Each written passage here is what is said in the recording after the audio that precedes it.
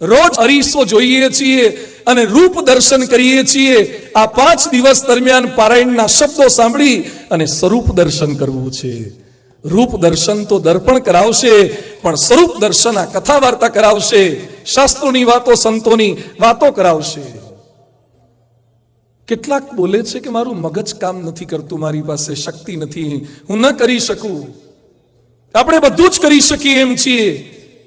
એક પુસ્તક બહાર પડ્યું છે, making the most of your mind, Tony Suzan એના લેખક છે. એણે બહુ સરસ વાત કરી છે. ટોની સુઝાન લખે છે, મગજમાં 1 અબજ ન્યુરોન્સ છે. એકડા પાછળ 1 કરોડ કિલોમીટર સુધી શૂન્ય કરીએ એટલા કનેક્શન મારા ને તમારા મગજમાં છે. એક ક્ષણમાં 1 થી 10 લાખ સુધીની રાસાયણિક પ્રક્રિયા આપણા મગજમાં થાય છે. મગજની કેપેસિટી જેટલું કમ્પ્યુટર બનાવવું હોય, 100 માળની બિલ્ડિંગ જેટલું કમ્પ્યુટર થાય. મગજમાં અત્યારે જે કેપેસિટી છે એવું કમ્પ્યુટર બનાવવું હોય તો 100 માળનું બિલ્ડિંગ થાય. આપણું મગજ 1 સેકન્ડમાં 7098 પાના યાદ રાખી શકે. એકવાર સ્કૂલમાં બી આવી વાત કરી તો છોકરા મને મળવા આવ્યા. મને કે આપણું એટલે એમાં અમારું આવે કે નહીં? ભાઈ તમારું આવી જાય. મને કે સ્વામી આ તો વધારે પડતું લાગે છે. પરીક્ષાના દિવસે પેપર હાથમાં આવે પહેલા છેલ્લે ચોપડી જોવી પડે છે, અને ચોપડી જોયા પછી ફરતી પાછા ઉભા થઈને જોવા જઈએ છીએ તો એ પાછું ભૂલી જવાય છે. અને આપ કહો છો 1 સેકન્ડમાં 7098 પાના યાદ રહે. બધું મગજને યથાર્થ યાદ રાખવાનું રાખો ને તો, ન રાખવાનું ઘણું રાખો છો. એટલે જે યાદ વિવેકાનંદ સ્વામી વાંચ્યા પછી પાના ફાડી શકતા હતા, અથવા તો એટલી ફોટોગ્રાફિક મેમરી હતી, કારણ કે વિવેકાનંદ સ્વામીની અભ્યાસ સિવાય કે નીતિમત્તા સિવાય, સત્વગુણ સિવાય બીજે ક્યાંય રજોગુણમાં નજર નહોતી જતી, એટલે યાદ રાખી શકતા હતા. ભગવાને બ્રેઇન તો આપ્યું છે.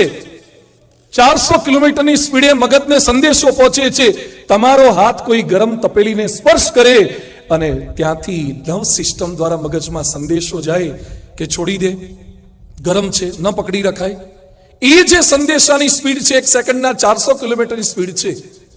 કોઈ દિવસ તમે ગરમ તપેલીનો સ્પર્શ કર્યો અને મગજમાંથી એવો જવાબ આવ્યો કે સોરી, इस रूट की सभी लाइनें व्यस्त है, कृपया जारी रहिए?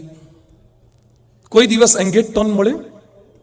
એક બાજુ ગરમ વસ્તુનો સ્પર્શ કરજો, બીજી બાજુ ઠંડી વસ્તુનો સ્પર્શ કરજો. Brain can reply સાઇમલ્ટેનિયસલી. મગજ પેરેલલ બંને જવાબ આપી શકે છે. આવું મગજ તો મારું તમારું સૌ કોઈનું છે. તો એ કેટલાક બોલે છે કે ભગવાને મને કાંઈ મગજ દીધું નહીં. અલા, જે દીધું છે એનો ઉપયોગ તો કર. એપ્લિકેશન કેટલી છે ગૂગલમાં? એપ્લિકેશન ઘણી છે, પણ કામ કેટલી લાગે? તમે જેટલી ડાઉનલોડ કરો ને પ્લે સ્ટોરમાંથી એટલી કામ લાગે. અહીંયા બેઠેલા બધાના મોબાઈલમાં ડાઉનલોડ કરેલી પણ ઘણી છે, પણ વાપરો ને એટલી કામ લાગે. વાપરો એટલી એપ્લિકેશન કામ લાગે. એમ ભગવાને એપ્લિકેશન તો આપી જ છે. We have to utilise it. એને આપણે વાપરવાની છે. આજનો વિષય આ છે. માનવ જો ધારે તો, કદાચ કેટલાકને લાગતું હશે કે વિજ્ઞાનના ક્લાસમાં બેઠા એવું લાગે છે. અધ્યાત્મ અને વિજ્ઞાન એ ભારત વર્ષની આગવી ભેટ છે. વિશ્વમાં પ્લાસ્ટિક સર્જરીની શોધ કરનાર એ કોઈ વિદેશી ડોક્ટરો નહોતા, એ આપણા ચરક અને સુશ્રુત ઋષિ મુનિઓ હતા.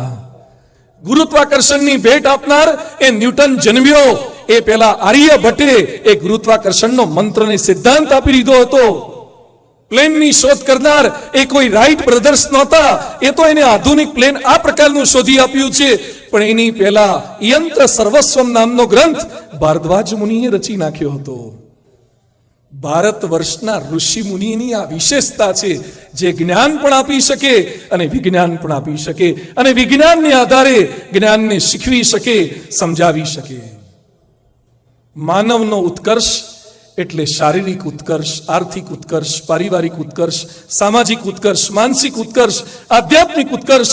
આજે મારે વાતો કરવી છે આર્થિક ઉત્કર્ષની અને માનસિક ઉત્કર્ષની. ભારતીય શાસ્ત્રો આપણને ધર્મ, અર્થ, કામ અને મોક્ષની વાતો શીખવાડે છે. આપણા ત્યાં કરન્સી એ ખાલી નોટ નથી. હા, કરન્સી એ નોટ નથી, એ ચલણી સિક્કા નથી. આપણા ત્યાં તો એ લક્ષ્મી છે. આપણા ત્યાં એને પૂજિત કરાય છે, આપણા ત્યાં એને આદર અપાય છે.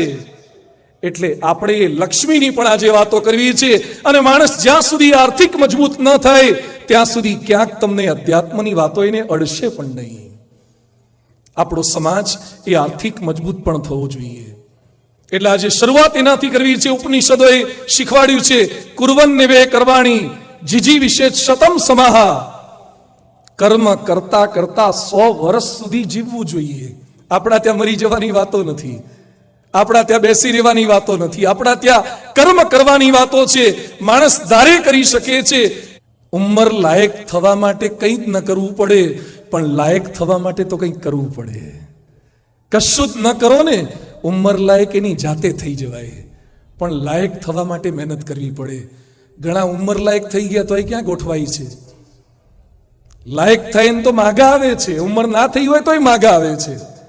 લાયક ઘણા લાયક પહેલા થઈ જાય છે ને ઉંમર લાયક પછી થાય છે. ઘણા ઉંમર લાયક પહેલા થઈ જાય છે, લાયક થતા નથી છેલ્લે સુધી.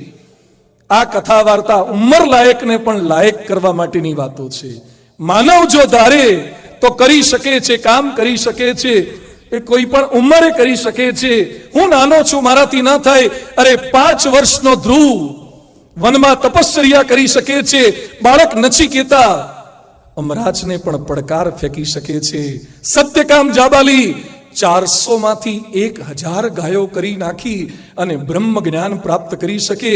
એ ભારત વર્ષનો બાળ તારલાઓનો ઇતિહાસ છે.